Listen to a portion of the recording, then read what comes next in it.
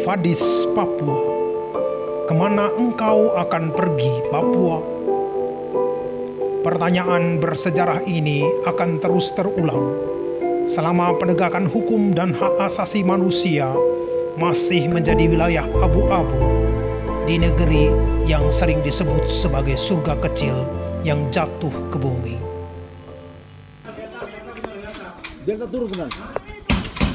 Perang masih ada. Ya, perang masih ada.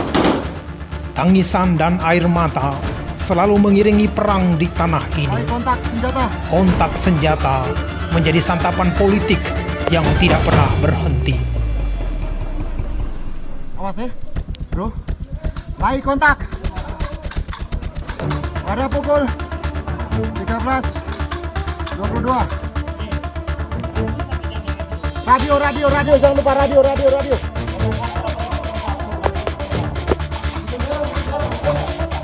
Sini. KSBK. Biar saya sambil laporan. Tembaga 01 nomor 00.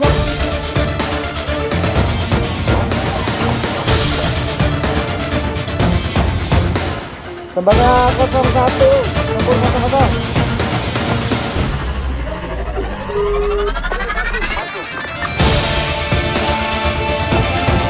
Izin laporan Pak untuk sementara tim Delta bersama tim Polsek Tembatu Berat yang dipecah tim Belukan lagi. Batu kontak ini dengan kontak kartu itu 86 untuk situasi. Entah sampai kapan generasi Papua menikmati cerita-cerita tentang separatisme yang diperlawankan dengan nasionalisme Negara Kesatuan Republik Indonesia.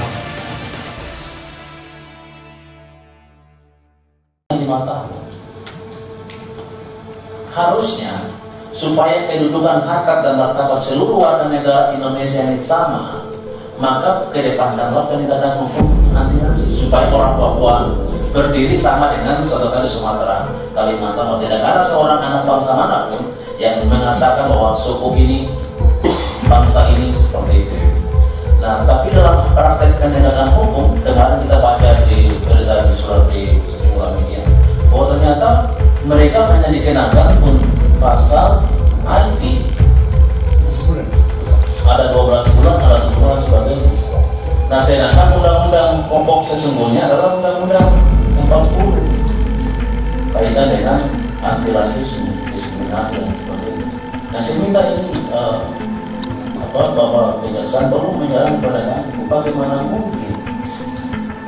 Misalnya 6 orang yang menaikkan atau mengibarkan bendera Bintang Kejora depan Istana Negara, izin resmi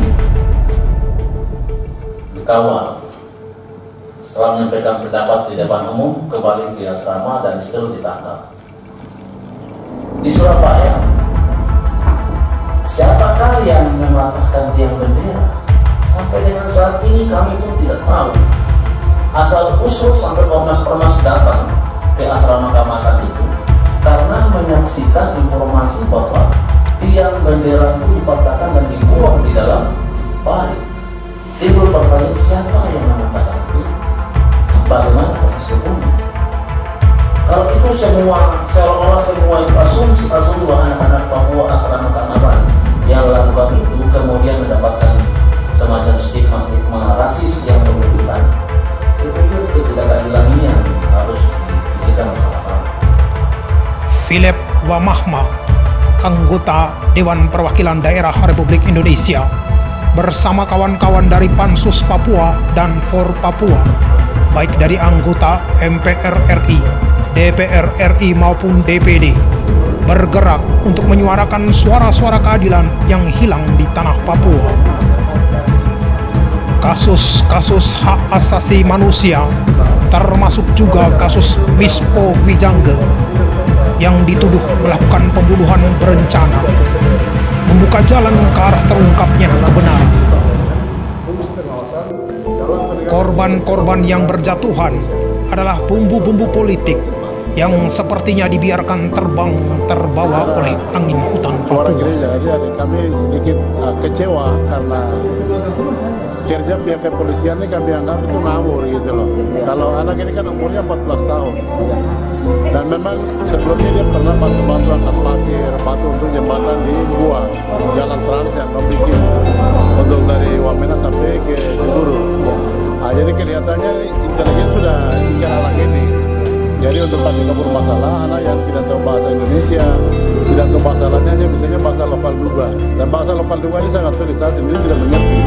Penyidik kita sudah minta berkali-kali PAP untuk serahkan kepada penasihat hukum.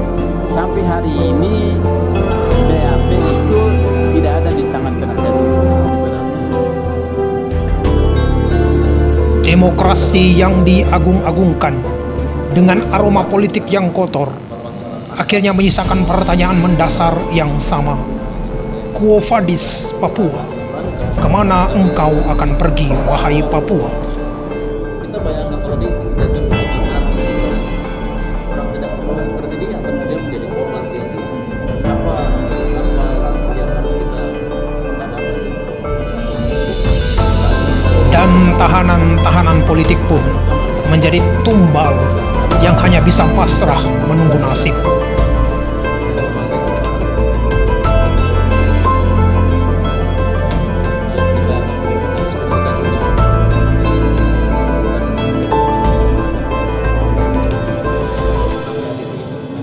Sampai di Jakarta, tapi juga terpidana yang lain, adik-adik ada lain di Kalimantan.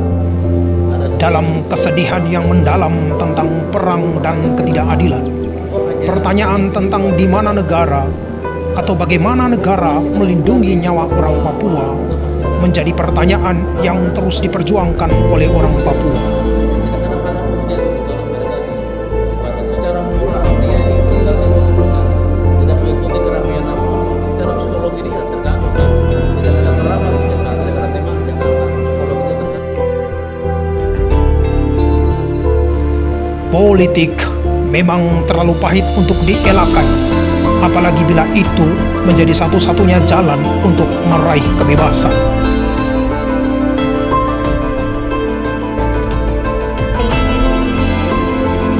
Apakah kebenaran itu? Tentu negara tidak sedang bermain-main dengan romantisme hukum dan keadilan. Namun bila romantisme hukum dan keadilan itu jatuh ke dalam kubangan politik yang kotor, maka sia-sialah pencarian nurani kemanusiaan bagi orang Papua.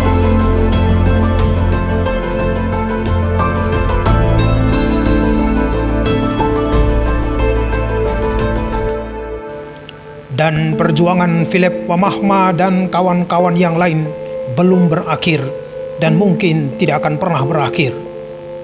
Papua terlalu menyedihkan bila luka-lukanya tidak pernah disembuhkan.